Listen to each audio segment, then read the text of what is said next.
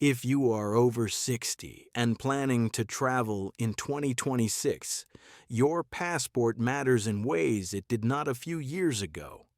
Not because of panic headlines, not because borders are suddenly closed, but because several technical and procedural changes are coming together at the same time, and they affect how airlines and border systems decide whether you are allowed to board a flight. For decades, most people checked only one thing before traveling. Is my passport still valid on the date printed inside? From January 2026 onward, that is no longer enough. Across Europe and in coordination with international airline rules, passports are now assessed not only by expiry date, but by remaining validity, biometric readability, physical condition, and digital pre-authorization status.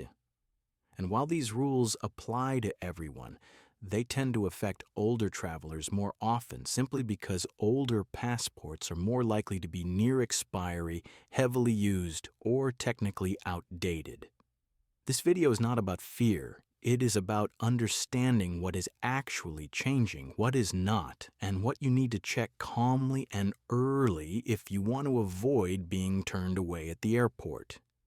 Many seniors believe that if a passport shows a valid date, it must be accepted until that day. In practice, airlines and border authorities follow stricter rules. For many destinations, including most of Europe, your passport must remain valid several months beyond your return date, not just until the day you leave. This is often called the 6-month validity rule. Some Schengen countries officially require 3 months of remaining validity after departure. However, airlines frequently apply a 6-month buffer to avoid liability. If your passport expires too close to your travel dates, the airline can legally deny boarding, even if the destination country itself might have allowed entry. This situation often surprises older travelers at the check-in counter. Not because the rule is new, but because enforcement has become automated and strict.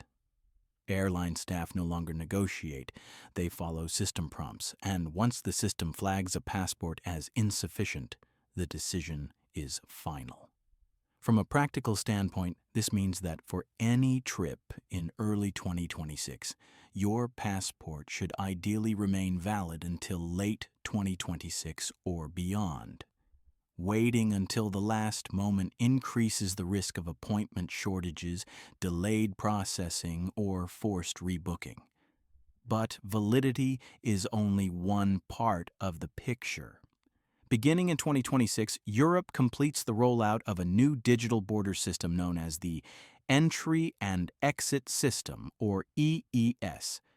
Traditional passport stamping is replaced by a centralized electronic record of entry and exit. When you enter the Schengen area for the first time after EES becomes fully active, border authorities will scan your passport, take a facial image, and record fingerprints.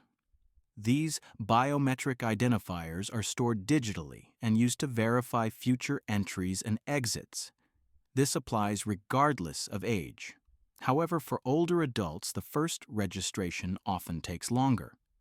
Reduced finger sensitivity, arthritis, tremor, or limited hand mobility can slow fingerprint capture.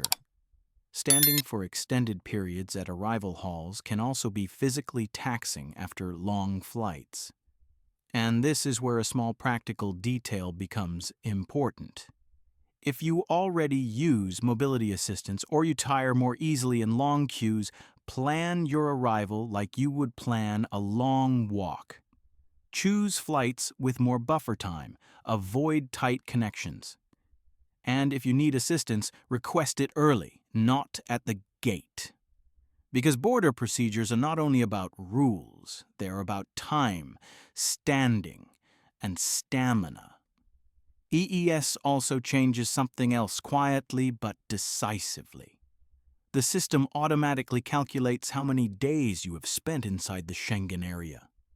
The 90 days within 180 days rule is enforced electronically. There are no missing stamps, no benefit of doubt. Overstays are detected automatically, even if they were unintentional or caused by illness or flight disruptions. For older travelers who spend extended periods visiting family, recovering from medical procedures, or traveling more slowly, this makes planning more important than ever. Another change is approaching shortly after. The European Travel Information and Authorisation System, known as ETIAS, is expected to begin operation toward the end of 2026. ETIAS is not a visa. It is an online travel authorization required for travelers from visa-free countries, including the United States. Once ETIAS becomes mandatory, a valid passport alone will no longer be sufficient to board a flight to most European countries. You will also need an approved ETIAS linked to that passport. The authorization is expected to be valid for several years or until your passport expires, whichever comes first. If you renew your passport, you must apply again. For many seniors, the challenge is not eligibility, it is process familiarity. ETIAS applications are submitted online, require careful data entry, and involve digital confirmation. Mistakes, mismatched passport numbers, or last-minute applications can lead to denied boarding.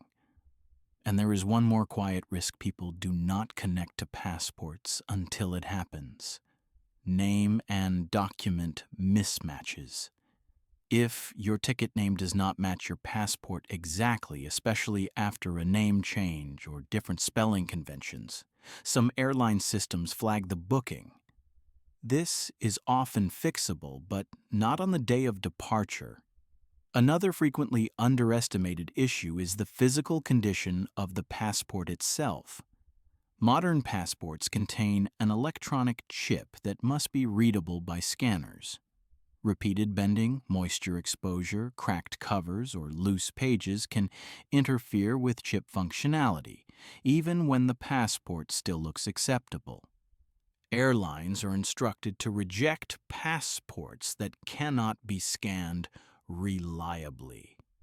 This happens most often with older documents that have been carried for years without protection. In addition, many destinations still require a certain number of completely blank pages. If your passport is nearly full, early renewal is safer than hoping it will be accepted. So, what should you do, realistically, if you want a calm travel year in 2026? Take 10 minutes and do a simple check. Look at the expiry date, count forward from your return date, and give yourself a 6-month safety buffer. Flip through the passport and confirm you have several fully blank pages. Check the cover, the spine, and any signs of water or heavy creasing. And if anything looks borderline, renew early, because replacing a passport in a rush is where stress becomes expensive. Then take one additional step that older travelers often benefit from. Make one clear copy of the passport photo page and store it separately from the passport. If the passport is lost, reporting and replacement become easier when you have the key details ready. This is not about paranoia. It is about reducing the workload in the worst-case moment. When all of these factors are considered together, a clear pattern emerges. The rules are not designed to disadvantage older adults, but stricter enforcement, automated systems, and airline liability mean that seniors are more likely to be affected if they rely on assumptions from past decades. The solution is straightforward. If you are over 60 and planning to travel in 2026, review your passport months in advance. Check remaining validity beyond your return date. Inspect physical condition and blank pages.